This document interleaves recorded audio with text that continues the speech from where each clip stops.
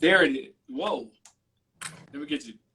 Everybody, welcome Brandon Carter, 211. Let me get the applause for you. Hold on. Let me get the applause for you. Let me get the applause for you. So everybody hear you on the radio. We clapping for you. There we go. Brandon Carter, 211. How you doing? It was an applause. I didn't have my inner ears. You won't be able to hear it. Yeah, you won't be able to hear it.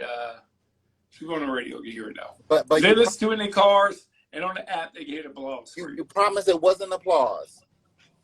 I promise it was an applause for you. All right, I have no choice but to believe you. How are you doing today, Mr. Kristyles? And it's still going. It's still applause. It is exactly a 30-second applause. You can stop it. This is not a 90s sitcom. I'm not a surprise black star that just walked in. Listen, talk about 90s sitcom though. So I happen to watch Hanging with Mr. Cooper. So I've been on this little thing of I'm going back to these 90s. Where you find that at? TV? No, I think this one was on Freeverse. I think. No, I think it's on Freeverse. Something ghetto. Got it. Free. No. It's on the Fire Stick. It's free. It used to be IMBD, and they changed it. Ghetto that had to be jailbroken. Got it. No.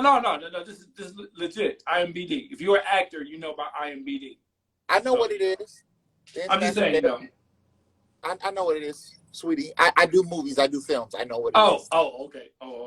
Now, but I was watching it, and so I got this thing and watched these old sitcoms to see how they hold up. They remind you of your college days. Got it. No, just see how they hold up. That's all. And it come to think about it, it was an enormous amount of sitcoms. Not enormous, but it was a lot of sitcoms that dealt with kids in school. Like the main character, you know what I mean? Head of the class. Steve Harvey was in school. Mr. Cooper was in school. Like Moesha as well. They were always in Crenshaw High. Yeah, it was a lot of the target audience, was it not? Listen, they know what they're doing. They know what they were doing. It was good. Well, I could go for another Mr. Cooper. We haven't seen a strong black man lead a sitcom in a successful one. I don't, because it could be something out there that fell by the wayside. So yeah, I'm not disrespecting the new era, but I'm saying you have to say that though, right? These days, you have to say, well, don't disrespect anybody's out there. Like, because a lot of times I hate when people be like, oh, we need to go back in the day because nowadays they don't have, and we really do have them. We're just ignoring them because they don't give us the same vibe. So I mean, of course, there was the Carmichael show. You know what I'm saying? So there has. That was a great show. That was a great show. It was, and Rail as well. So there has been. Rail was great. Had a successful run yet. We haven't had that one that was in the pocket, but it's coming. It's coming. It's coming. Hanging with Mr. Cooper too. The crazy thing about it that he wasn't as a huge star right away either. So I was like, yo, he had great agents because at the time, he wasn't like a huge star, which as like who was supposed to get sitcoms. Yeah, who was getting a sitcom. Mm-hmm. Yeah, so his management was very good. And actually, the first pilot episode was filmed at Family Ties house with Alan Thicke. So that was the dope. Like, so the first episode was in that house, but then the second episode they got their own set. But the first set. And Raven Simone was there. He had En Vogue singing the theme music. Yeah. What's his name from Eve's Bayou and the other show she was on HBO? I can't remember her name. Smollett. Baby Smollett. Yep. So where did those show? The Smollett family, they had their own sitcom as well. All of them back in that time. They did. You know, a lot of sitcoms came and went. They did. So I'm going back and just watching them, see how they hold up. Do they stand the test of time? I think Hanging with Mr. Cooper is good.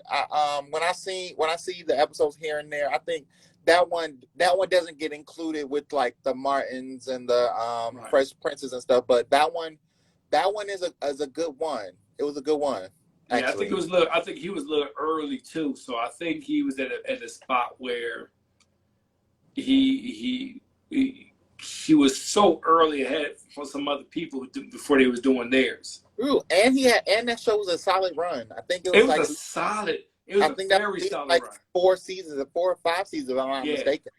Yes, solid run. So solid run. Shout out to Mark Curry. Maybe we gotta get him on one day. Shout out to the legendary Mark Curry, absolutely. Yeah. And Raven Simone. The rest of them guys. Holly Robinson Pete. Holly Robinson Pete was on there too. And I always forget the black lady name who was Raven Simone's mom, but also Dawn Richards. Dawn Lewis was in there as well. I think she was in the first 2 seasons. Then they switched. Yeah, then they switched to Dawn, and she stayed for the remainder of the season. Because in the 90s they love a good firing on a 90s show. Right. Baby, real quick switch. You didn't even know what happened to the 90s sitcom. They will replace a character, and a man won't say nothing about it, and it wasn't your business to say nothing about it. If you get replaced, the actor can go on like TV, a podcast, or an interview, but like, no, they were doing me wrong. Yeah. We cut them out. You go back to where you came from, and don't. Except the soaps. The soaps, they will kill you and bring you back as a different person. Oh no! The one thing about the soaps, they was gonna keep their characters for 40 to 50 years. The characters was gonna live out. A character wasn't gonna officially die until literally the actor died in real life. And sometimes it'd be some episodes where they be coming back. I don't know how they do it. Yeah, they come back. I don't know. So what we got today? What's going on? It's a lot of good news going on this week, especially today. I'll get to the city boys in a second. So Meek Mill demands freedom for Young Thug and Gunna, and he believes that. What'd you say? Meek Mill, he's a prison reform connoisseur. He been part of that chain gang for a while. So he's using his platform on social media to call for the release of Young Thug. Meek Mill and the rest of the 28 members of YSL recently named in the massive indictment. Of course, not Meek Mill was named in the indictment, but Young Thug was. And Gunna as well. So he's saying, like, because, they ain't getting bail, and I don't believe Gunna's bail and Gunna's hearing is not until like January of 2023. So they're saying like, well, they at least deserve bail, but baby, they're criminals. Plus, they're trying to get people to woo. I don't know what is that a corny old man? I don't know. Trying to get people to sing. Oh, snitch. Got it. Well, they lucky I ain't in part of a YFL because what's gonna happen? What happened? All they had to do was YSL. All they had to do was bring me some Popeyes, baby, and I was gonna sing like a canary. Cause I ain't going to jail for nobody. I wouldn't go to jail for my mama. You was gonna sing for the ultimate feast. It don't even have to be an ultimate feast. It could have been just a leg and a thigh, and they could have got off a Tuesday. That's the Tuesday special. The Tuesday special. And everybody would have got took upstate. They would just had to kill me when I got out, but at least I was free. 95.9 FM. Brandon Carter 211 here talking about entertainment, news, and notes. So yeah, that's the situation. I guess I don't have the evidence, but if the federal government gets you for a RICO charge, they got you for something. The 56-count indictment was filed against the members of the record label last month.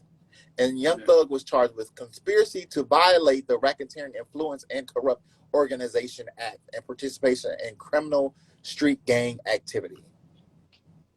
I love how they do this to our black man.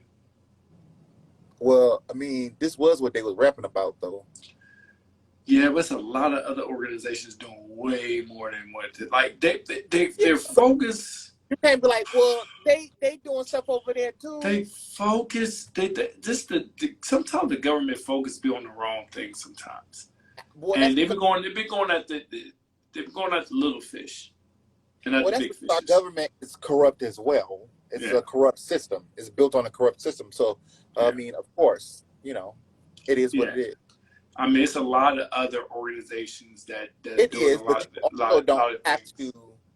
You don't have to engage. And I mean, ain't nobody. I ain't heard nobody trying to kill J. Cole or Kendrick Lamar or Wale or none of them. I don't never hear them stories like, yeah, we got shot at, our doors are kicked in. Outside of, you know, the neighbors is who called on J. Cole. That's different. That's a neighborhood issue. Yeah, well, they call on J. Cole and Chris Brown all the time. Well, Chris Brown probably needs a few callings himself. And I will be going to the Chris Brown and Baby concert in August, so that wasn't no damn bit breezy. I mean, Baby don't get caught up. He don't have me cursing on this radio. He bet not. I don't have time for Baby to ruin a good thing. I have to go and break Baby out myself. That's if I just have to take that charge for Baby. That'd be a good concert. Go have a Baby open up for Chris Brown. I hope so. I don't know. I don't know who need to be opening up. There you go. I segue to it. I segue right to it. Baby, because I'm confused at who needs to be opening up for anybody. So I segue to it. Go ahead. So Monique and DL have been going back and forth with these contracts and these receipts. Are they still going back and forth? Yeah. Today she took another jab at him, and her and Daddy, which is her husband, also got and did an Instagram live video. So I'm confused at the receipts myself. I feel like this is a promoter issue, but I feel like they should have, both of them should have been aware that, like, but when they were, you know, that this is a promotion issue. Like, but they're both pretty much granted the same thing, but also they have underlying issues as well. So that didn't help it either. So this is what allegedly set Monique off before she went back on stage to bash DL, his wife, and also Steve Harvey. She stating it wasn't, you know what I'm saying, it wasn't just the contracts, but of course it's been years and years of she feeling like DL has been lying on her, and DL has been constantly publicly, when he was interviewed, stated his opinion a lot about Monique. I mean, it's been videos upon videos upon videos too, but you know, saying that's fine.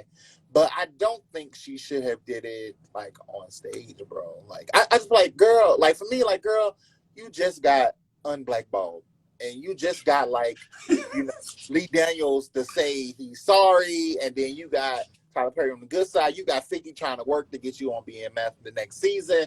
Baby, listen. I mean, and I understand. I don't believe in shutting up a woman. If that's how she feels, she do deserve to play. Yeah.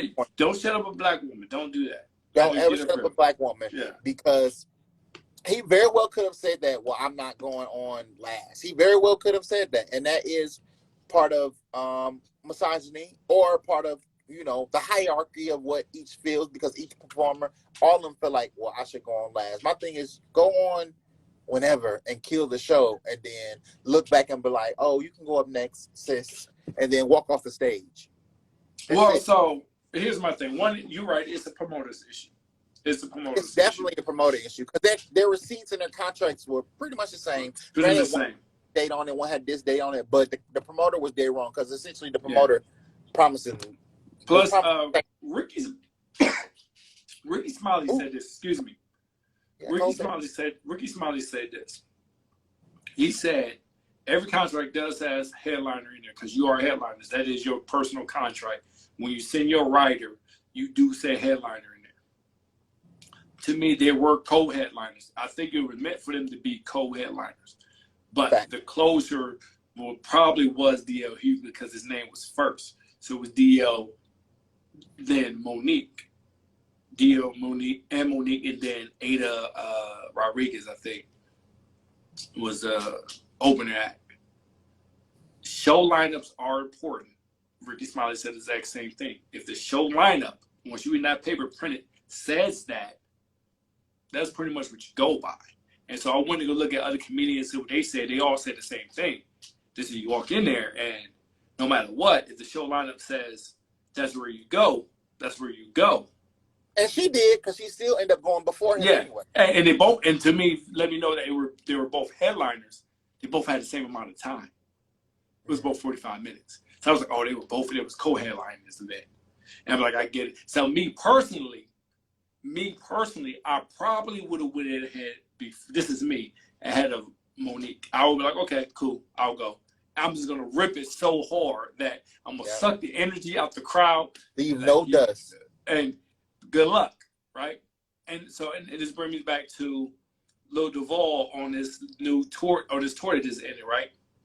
You would think on that tour, with Duval, Blackston, Carlos Miller, what's his name?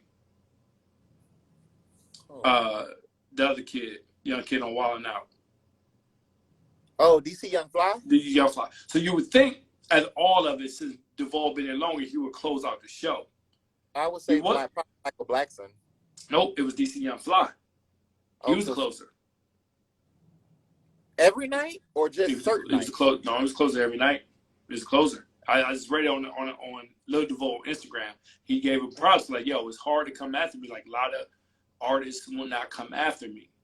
A lot of comedians, they say, you did your thing. Like, yo, you came after me and was doing your thing. The DC on Friday, like, yeah, man, it was hard ending the show every night with these great comedians. Like, yo, they were great, and I got to close it. To close it, Yeah, so like from that standpoint, that Lil Duval, Michael Blackson, even Carlos Miller could have been like, yo, I've been in it forever, but they know the billing is who? DC Young Fly? I would have never put that one down. No, but I'm saying I would have never put that one. But I mean, not I would have never put it. I'm saying I would have never I would have never guessed that. Me neither. Me neither. I was surprised. Like, oh, DC closed it. But then, people know DC. They was coming. I'm not saying he's not doing his thing. No. But he got a great following. He does, especially because he came up in the social media area as well. Yeah. Yes. Yeah. So and it goes to the point where at that time, then we talk about two juggernauts. Like Monique is great. I love Monique comedy. She's great. She is witty, the Oscar winner. But I'm talking about comedy now. I'm just putting that in there. You gotta let somebody status know. Oscar. Sometimes you're right. But she is a juggernaut on stage. Like go at it. Fast, quick, witty, like absolutely. She's tough. She's tough on stage. I think she made him have to address it. Say something on his set, which I think she did do what she needed to do because she made actually his set look awkward. Yeah. Look. Yeah. But other than that, though, I think this should kept it behind closed doors. They could have talked. No, absolutely. I don't like seeing two kings. Not them two. Yes. Yeah. Yes, now it's been taken to the radio. It's been taken to Instagram, and we just need to like that. That definitely could have been handled. It should have been handled. That's something that should have been handled backstage. But they have the issue wasn't even really the contract. The issue is what the underlying issue that's been going on between them. Anyway, because she talked about his wife and just she had to go. Well, let me not say that. She didn't say anything about his wife in regard of like insulting his wife. She just said like she. Oh yeah.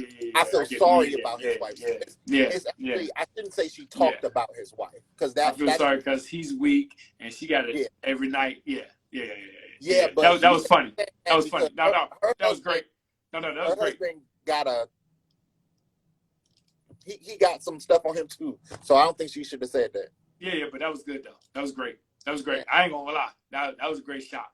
That was a great shot. It was, but it was kind of no. Below the belt. It was very below the belt. It was below, but listen, it was too much for her. She was mad. She was upset. But you don't fight in front of. You don't argue in front of company. Yeah, because it was a Kiss FM type thing. But then it goes again. See, this is where it gets me at because DL was on the radio. So I don't know if he's part of iHeart. I don't know what he's syndicated on. But if he's syndicated on iHeart, which a lot of is the Kiss, then that further lets me know he probably was the closer. I mean, because he's on the radio. He could have been, but what I'm saying is she should have been made aware of that. Oh, absolutely. I agree. 100%. I agree. Clear. As in, it should have been clear. Like you both are headliners, but he's gonna essentially it's literally like y'all both headliners, y'all both getting 45 minutes. He's just gonna go on last. That's literally absolutely. That's all that what I'm saying that needs to be said. I mean, it's not like the Best of Both Worlds tour where comedians can go back and forth like with song for song kind of thing and intertwine y'all sets. I mean, somebody has to go on first, even though y'all both headliners. I mean, until y'all can create this, comedians can create this fascinating Best of Both Worlds way of concept where they can do, 70. What show was that with Carlos and DC Young Fly and Chico? All three of them come on stage together. Yeah, that's like the only time I really all three of them come on stage. All three of them do their jokes. All three of them exit. All three of them take their bows. That's the closest to a Best of Both World comedians as you gonna get outside. Right. The old school comedians, they not having that. Nah, they want their, and they want the traditional way. I mean, that's the same way between T.I. and Godfrey when they got into it, when he was upset because T.I. came after Godfrey. He's like, yo, I'm the closer. Like, nobody goes after me. So which that is understandable, rightfully so. Yes, absolutely. To walk in a market already a superstar, and he gets stages that they literally had to earn. It happens in this business, so I can't even be mad. Sure do. Every day. I wish I had those kind of. I wish I could just walk for stuff I ain't earned. That would be much more fun for me. I appreciate it much better if I didn't earn it. Every day. So, Lil Durk is going on a fall tour. It's his 7220 Deluxe tour. He's gonna kick off in the fall. He's starting in Oklahoma City. I'm not going. 17th. I mean, you're not that cool. Little Rock. No. I just don't. It's just too much gang activity for me. I said you ain't that cool. You gotta be cool to be in. You gotta be cool to be in the gangs. Only cool people be in gangs. Can I finish reading these dates before you? Oh, okay. All right.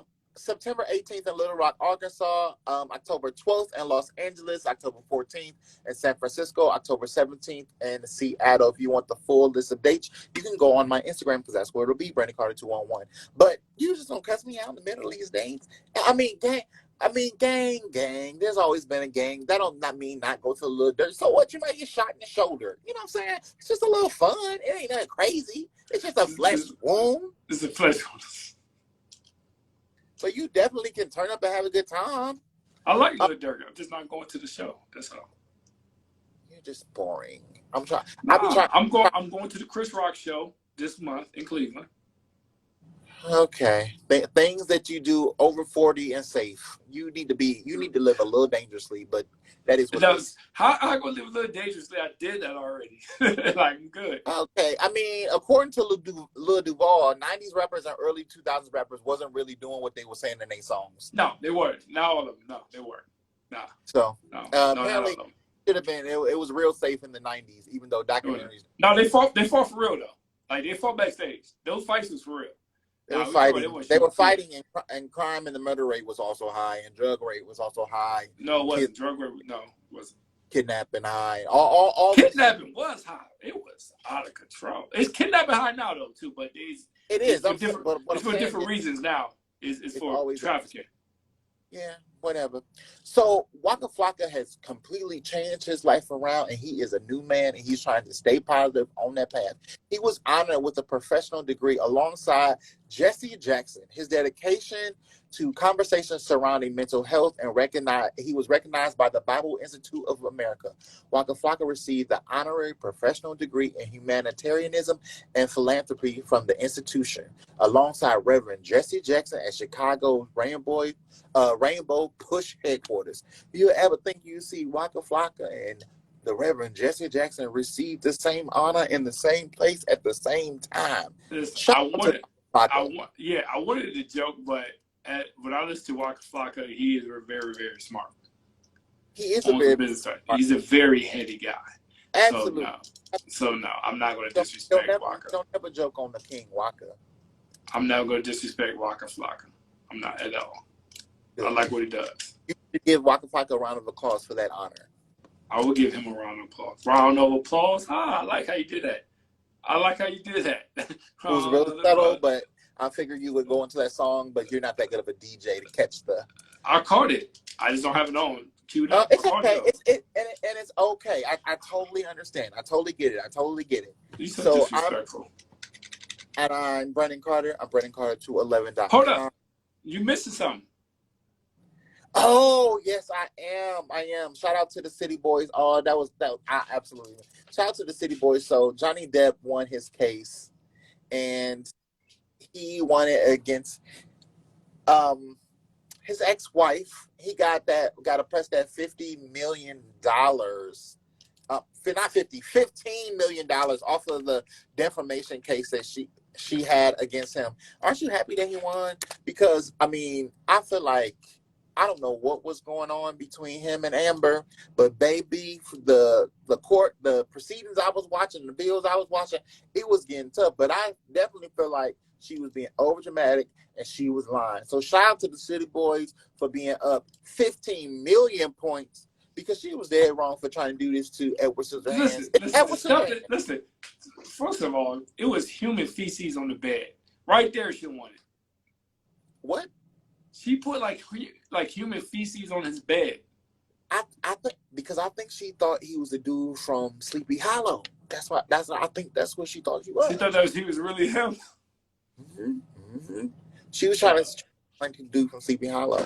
That's what it was. But he need to be over and dealt with because the new Pirates of the Caribbean movie was literally like pushed off because of the situation, and we need to get back to. We do need that back. I mean, all of them was good. We do need it back. We need him back. All movies good. My favorite Johnny Depp movie is like a little movie that people forget about because this was before he was such a character actor. When he was a regular person, it was called A Nick of Time, and his daughter got kidnapped, and he had to kill the governor in order to get his daughter back. But he ended up getting in cahoots with the governor, and they end up saving the day. It's a good movie. It's called Nick of Time. I'm gonna go watch that, but I like Who's Eating Gilbert Grape. That was one of my favorites from him. Sounds like it. I also love Sleepy Hollow and Secret Window. Secret Window was good, but also the classic Edward Scissorhands. Classic. Yep. I see Edward Scissorhands Did You Do?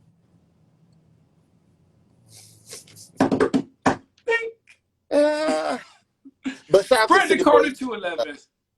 Brandon Carter 211. Are you on this week? Tomorrow? Yes. Tomorrow I absolutely can be on. Absolutely. If you have time for me, you always tell me no until you treat me like common trash. Really, it's not like that. It's not like that. I don't do that to you. I'm not joking. I don't do that to you. You have a good one. Enjoy. That's Brandon Carter 211. There's the smile.